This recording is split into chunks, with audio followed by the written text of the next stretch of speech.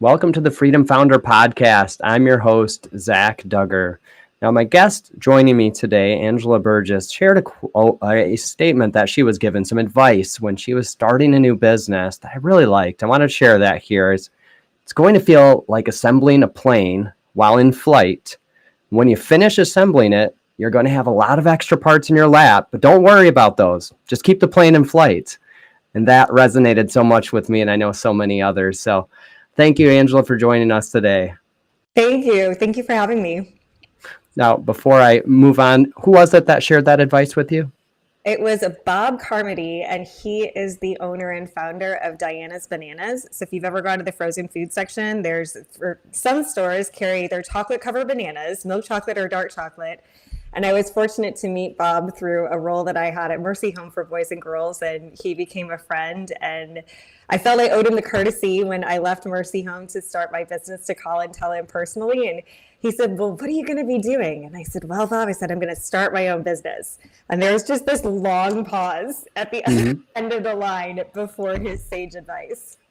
Yes, but also very, very articulately stated. I think that's well described. Now, before you started your own business and before working with Mercy Home, now you were in wealth management for quite a few years. Is that correct? That's correct. I always joke that, I followed the traditional path where I double majored in Spanish and communication studies in college, which clearly led to a decades-long career in wealth management. Absolutely. Right. Of course. I mean, where else would it go? Of course, yeah. Now that for many can be quite a successful and lucrative career path to be on. And so over that period of time, having continued in that, I imagine that you were doing pretty well. What was that factor that made you decide to step away from that career path into something else? Yeah, well, in many ways, I think it's obvious that wasn't necessarily my passion. I did not major in business in school, but what happened was that with this Spanish and communication degree, when I graduated from school, I'm from Iowa. We're, pretty simple folks. And I grew up in Iowa City. And Iowa City, unless you're a professor or a doctor or a lawyer, there's the University of Iowa, and then it's a lot of, small businesses. And I always wanted to do something bigger with my life. And so when I graduated from college, I moved to Des Moines and started applying to Principal Financial Group. At the time, it was the single largest employer in the state of Iowa. And someone else had given me this sage advice when I was 18 about what to major in college. It was this guy that at the time I thought, well, if anyone knows what to major in college, surely it's this guy, Greg, because he had gone to college and out of college had gotten this really great job at 3M in California. When I was 18, someone who was 23 seemed like they were very old and probably had plenty of sage advice. And now at 44, I'm thinking like, oh my gosh, I was taking long-term career advice from a 23-year-old. But what he said, don't worry about your career. Major in something, study something that you're passionate about. Others will see that passion in you and the rest will work itself out. So that was why I chose Spanish and communication studies. I love foreign languages. I love public speaking. And so I started applying at Principal, and they have this job open. They needed people to travel around the country and give presentations in front of people in Spanish and in English. And I thought to myself, okay, well, if you're going to present about anything, you have to learn a topic. And so I might as well learn about retirement savings and investments and insurance and all of that, because it's also practical to apply to your everyday life. But I think in all of that, and I enjoyed learning about it. I mean, it is a fascinating topic. I finally understood what all those little numbers at the bottom of the screen mean in my dad's office, scrolling across and stuff. But it was never really something that I felt like was fulfilling. I think like a lot of people, I had this idea that I would build this career and make my millions or whatever it was that I needed, according to my retirement calculator, that I needed to live the lifestyle I wanted to live. And that at some point I would do something more altruistic with my life. For me, that do something more altruistic with my life came about 20 to 25 years sooner than I thought it would.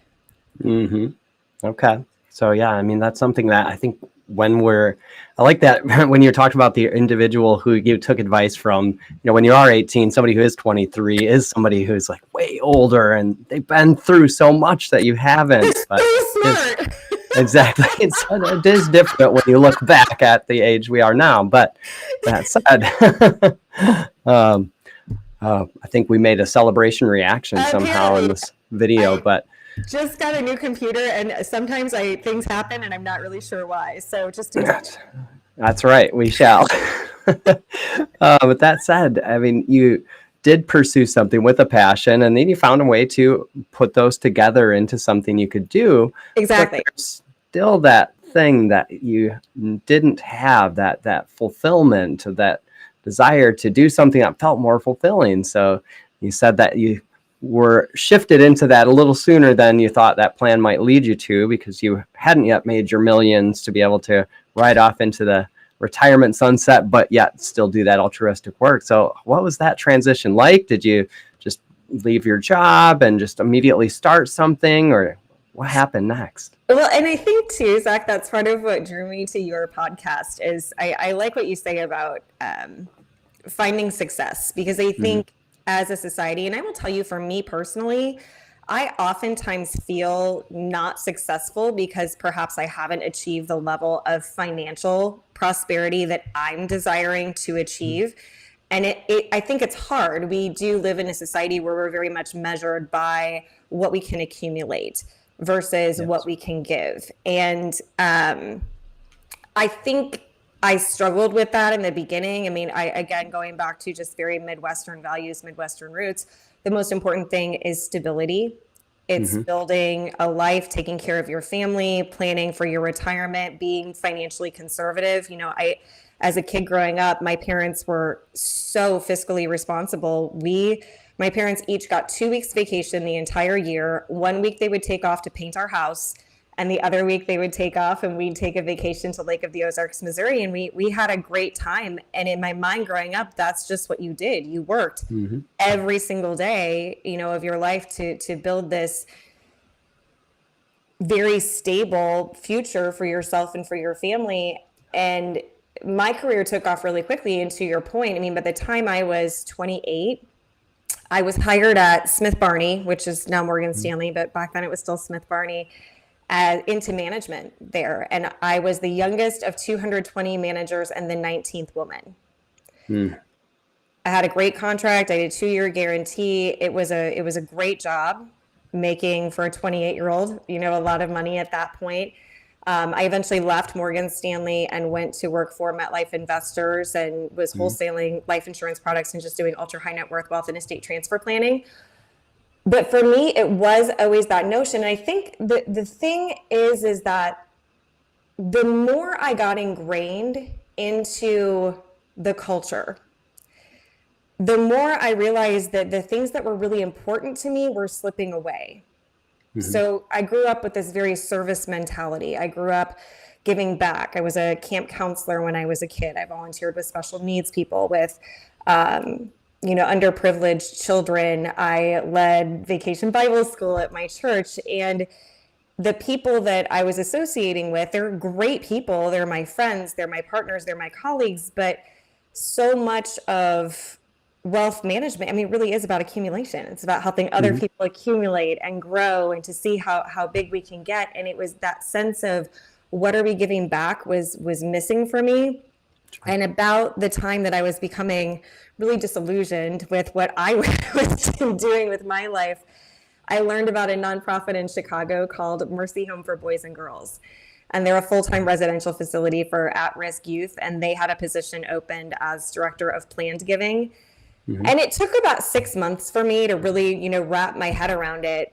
Kind of embarrassingly, I didn't even know how much money I spent a month. I hadn't really had to worry about it since I was, 25, and I was in my early 30s. And I was thinking about taking a pay cut. And my first thought was, well, you should probably figure out how much you need to pay your bills, start there Mm-hmm. and see, what you could actually make work.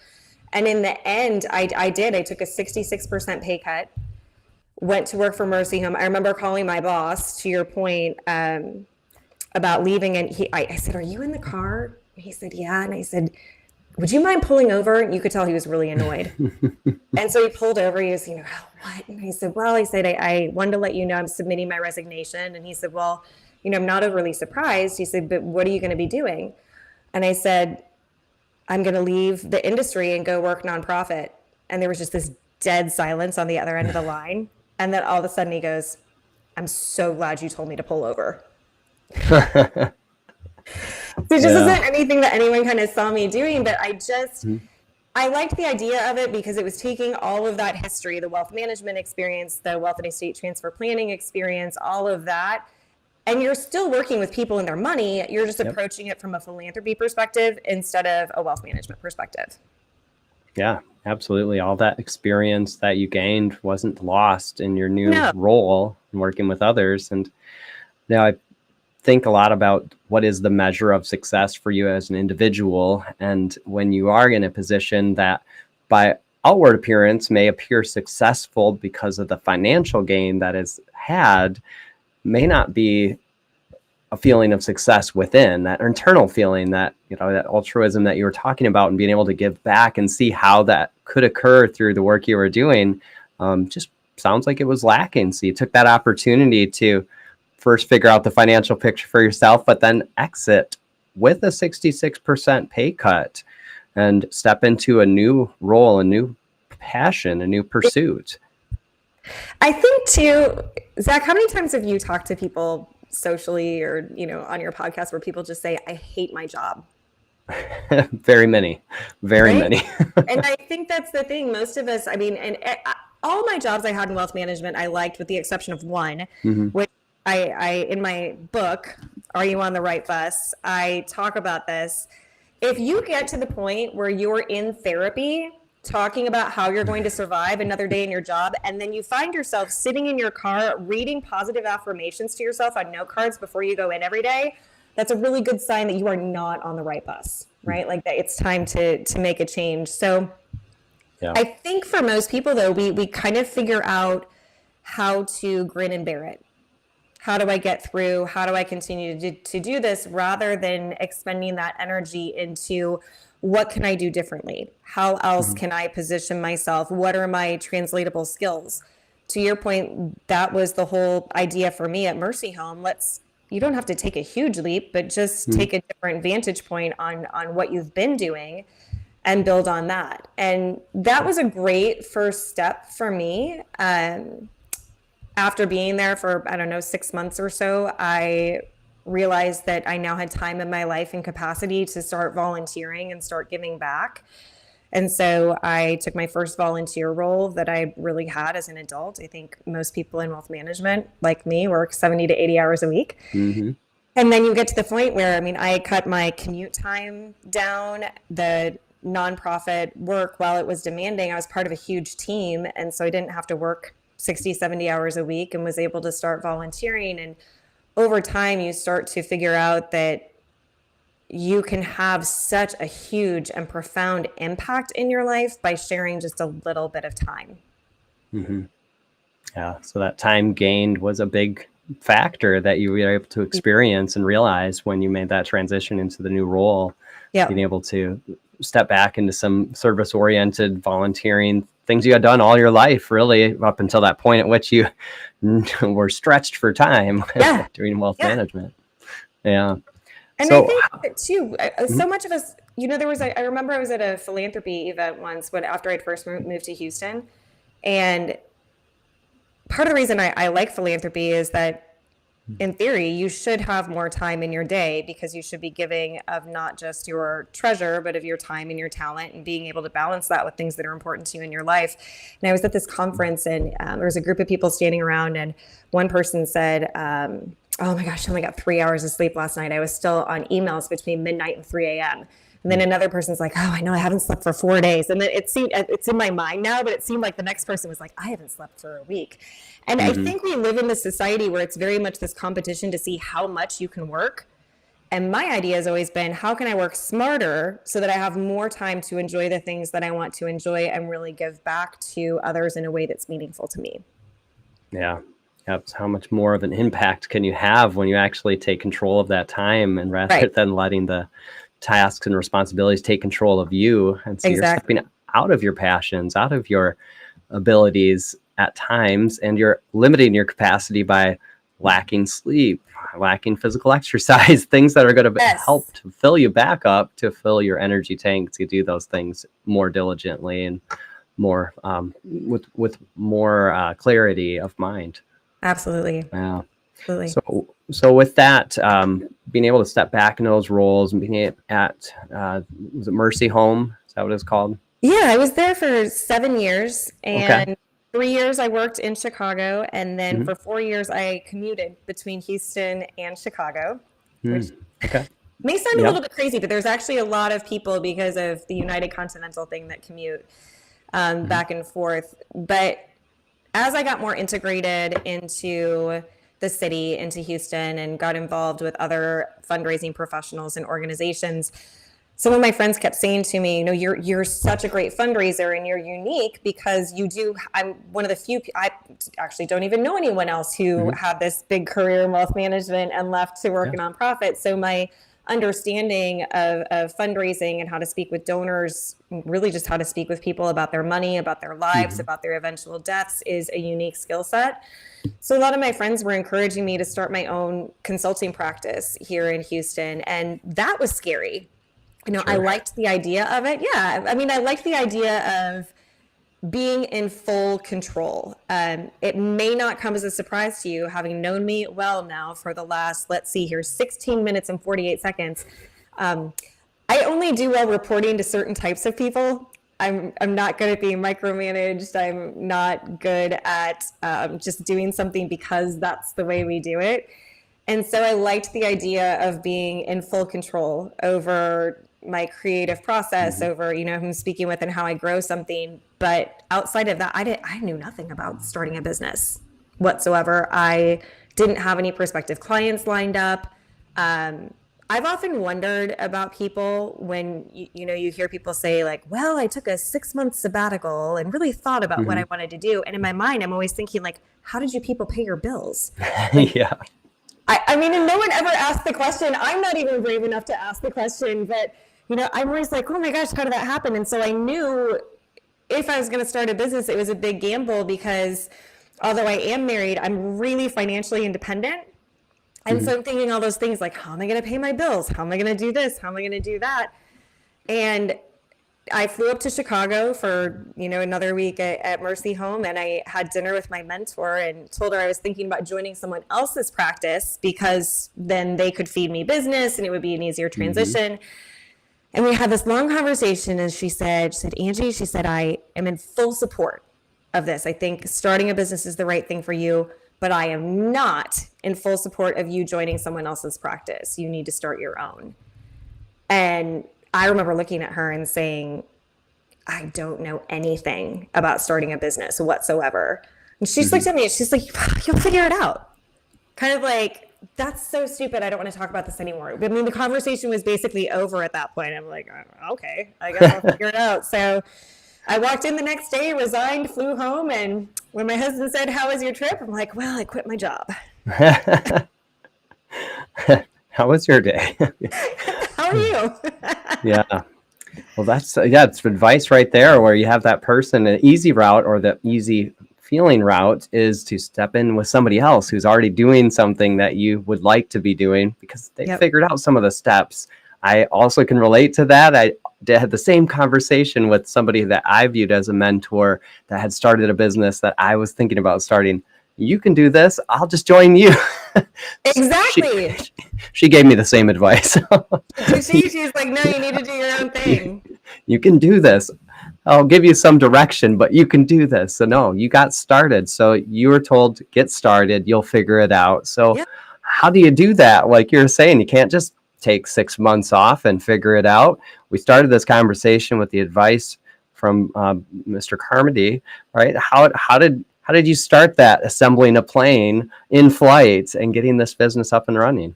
Well, I called a couple of the people that had said to me, really encouraged me to go down this path. And I said, I'm doing it. I'm starting the business. I'm all in. I need your help.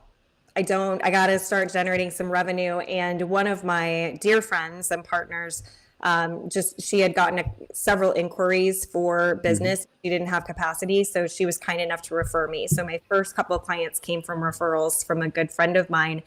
And from there, and I think this is part of it too, and I write about this in my book. Whenever we endeavor to do something new, it's really scary. And believing that we can do it is, I mean, come on, that's a monumental task, right? It's sort of like you're at the base of a mountain and someone's like, go ahead and climb that mountain. You're like, I'm wearing tennis shoes, like I don't even have hiking boots on. But one of the things that I've done continually throughout my life is to borrow other people's confidence. So in that moment, I'm thinking, okay, Sarah thinks highly enough of me that she's going to refer me business. People who have placed their faith and trust in her, she has that much faith and trust in me, and so I know I can do this. Mimi thinks that Mimi is my mentor. Mimi says, you can do this. You absolutely have what it takes. And then I stopped to think about, my job in wealth management. I was a financial advisor for about 3 years, but from there I moved into management, and my job was to help other people grow their businesses. It was to recruit people and help connect them with the right resources and teach them how to leverage their resources and prune their books so that they could grow and encourage and support them. And the reality is that when you're building revenue, period, I don't care if it's for a nonprofit or for-profit, the structure is essentially the same. The underlying pieces that you need to have that business function operationally and continue to grow year over year is essentially the same. So I just took the same approach to nonprofit consulting that I had to for-profit consulting and started working through it that way. And with those first couple of clients, I had a lot of success. And from there, the referral business started coming in. And before I knew it, the first year was a little lean. Now, in fairness, my first year was really about 4 months by the time I got everything up and running. And I had, about a month or two in savings to be able to move forward and get that started. And at the end of the first year, I remember my husband and I were having dinner one night, and he said to me, and he's successful in his own right, and he said, I just don't see the point of you doing this. And I said, why is that? And he's like, well, if this is all you're going to make, we're just paying that out in taxes. You might as well not do anything. I said, well, it's only been a few months. Like, please give me some time to try to get this together. And it did. It all came together. And within a year, I had a mid-six-figure business, and it's been growing from there. So, again, I think it's so hard for us, especially as entrepreneurs, to look back and see what we've accomplished, where we've come from, where we are. And the other thing is, I was listening to one of your podcasts this morning, and there was a gentleman that said, if you're not building your own business, you're building someone else's. And I think that's very true when you're working in a W-2 job. But I also think that when you are an entrepreneur, for me, I'm building my business, but I'm helping other people build their businesses too. Right. And that's something that is really meaningful and personal to me. Yeah, absolutely. Yeah, to be able to see somebody else have success alongside of the work that you're doing to help them achieve that, it's incredible. It's like the management role, but in this, it is your own business doing that. So you have the control of your time and what you're able to do with that time. Yeah. And speaking of time, you also get to take some time back, because now you really are controlling what you're doing, your task. You're not having to take that flight to Chicago and work that week. And so tell me a little bit about how you're using that time while still working this business and continuing to grow. But what are ways that you're now able to continue to give back, as you talked about earlier? I laugh a little bit because you would think that I'd say, well, Zach, I no longer get up at 4 o'clock in the morning, but that is kind of untrue, right? I've always been an early morning person. So for me, and things are changing dramatically for me. I think in the beginning, giving back was always important. So right after I started my business, about a year and a half later is when the pandemic hit. And I really thought that the first thing to go in nonprofits would be consultants, because we're often viewed as an added expense. So I took that time to become a court-appointed guardian ad litem. In most states, they're called CASA workers. Here in Houston, it's called child advocates. And it's being the voice of a foster child in the court. So I took that on as a role. Business didn't slow down. It actually picked up. So then I kind of had those two things going. I also participate in a prison ministry. I think it's important to reach out to people who are shut in for any reason. And then I, of course, because I'm in Houston, volunteer on the Houston Livestock Show and Rodeo. I'm on the international committee, so we only have kind of the first 2 weeks of the rodeo is our big time commitment, working with all the guests who come from other countries to learn about agricultural practices and raising cattle and farm animals. Aside from that, I really have placed, and this is something I'm proud of, you said it earlier, your health and wellness. So I consider my workouts to be my number one priority every day. So whatever else is happening, I have to schedule a workout, and that time is sacrosanct. It does keep me more focused. It keeps me my energy level more even, and I'm less frustrated by things that happen throughout the day. And then also I take some time every day for a daily devotional. So I think you can kind of structure your day. And I think that's the thing I like the most about being an entrepreneur is that you're only a slave to your time and as far as you want to be, because the reality is that if I'm going to a yoga class at 11:45 on a Thursday and someone says, can you meet for lunch? I just say no. No one needs to know what you're doing, right? Like, I'm sorry, I'm in yoga. No one really actually cares what you're doing. They care that you can schedule time with them at another time that's really convenient. So you have that flexibility, but you also have those priorities that you're able to then maintain and keep that focus. So you are able to be your best self in the work that you're doing for your clients, also, of course, for your family and for others in your life. So now I want to make sure we mention the book a little further. You've referenced it. So Are You on the Right Bus? Tell us just a little bit about that. And for somebody who might be thinking, I'm not sure if what I'm doing is what I really want to be doing.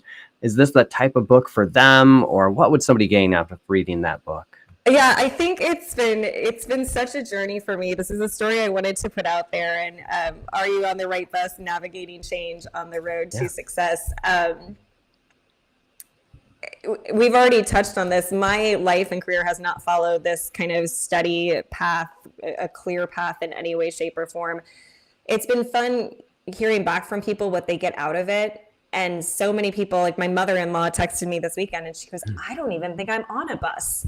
And so now, she's kind of thinking about her place, and other people have said, it's been a really long time. I have been on autopilot. And I think this is what happens. We choose a career, we choose a vocation, and we get on the bus and we sit in our seat, and we do that every day. We just get on that same seat over and over again. And it isn't until something happens that kind of jars you awake that even forces you to think like, wait a second. And not only am I on the right seat on the bus, but am I on the right bus altogether? The challenge is, and I do have a theory behind this, and I should do some research on it, but I think when we think about as humans making a dramatic change, we equate dramatic change with failure.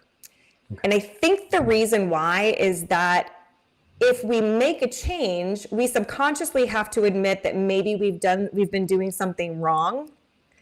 And I think we just need to reframe that a little bit and say, okay, I've done nothing. I didn't choose the wrong career. I chose the right career at the right time for me in that place, but maybe that's not where I am anymore.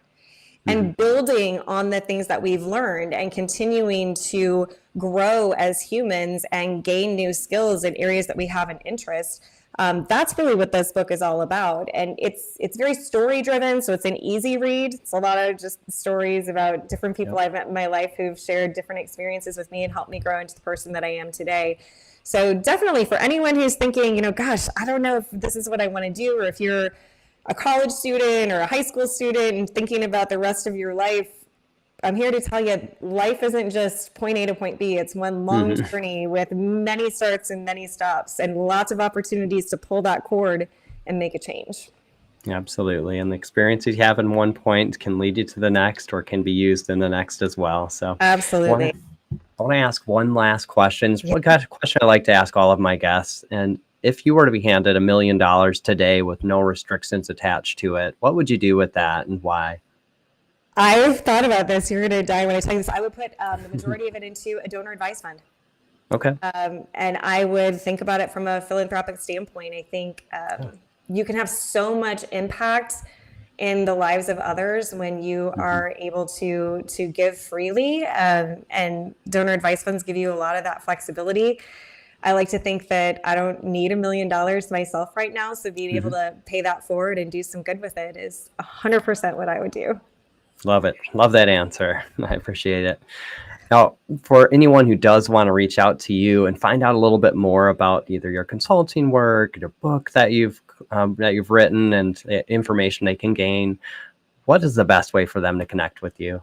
Yep, the absolute best way to connect with me is on LinkedIn. I'm Angela Burgess. There is another Angela Burgess here in Houston. You will not confuse us because she is a doctor and far more educated in the sciences than I am. But that's the best way to find me. Or you can also find me on my website, which is broadoaksconsulting.com. Wonderful. And we'll make sure to have that link in the show notes as well, Angela. So thank you again for joining me for the show today. It's been a pleasure. Thanks, Zach. You have a wonderful day.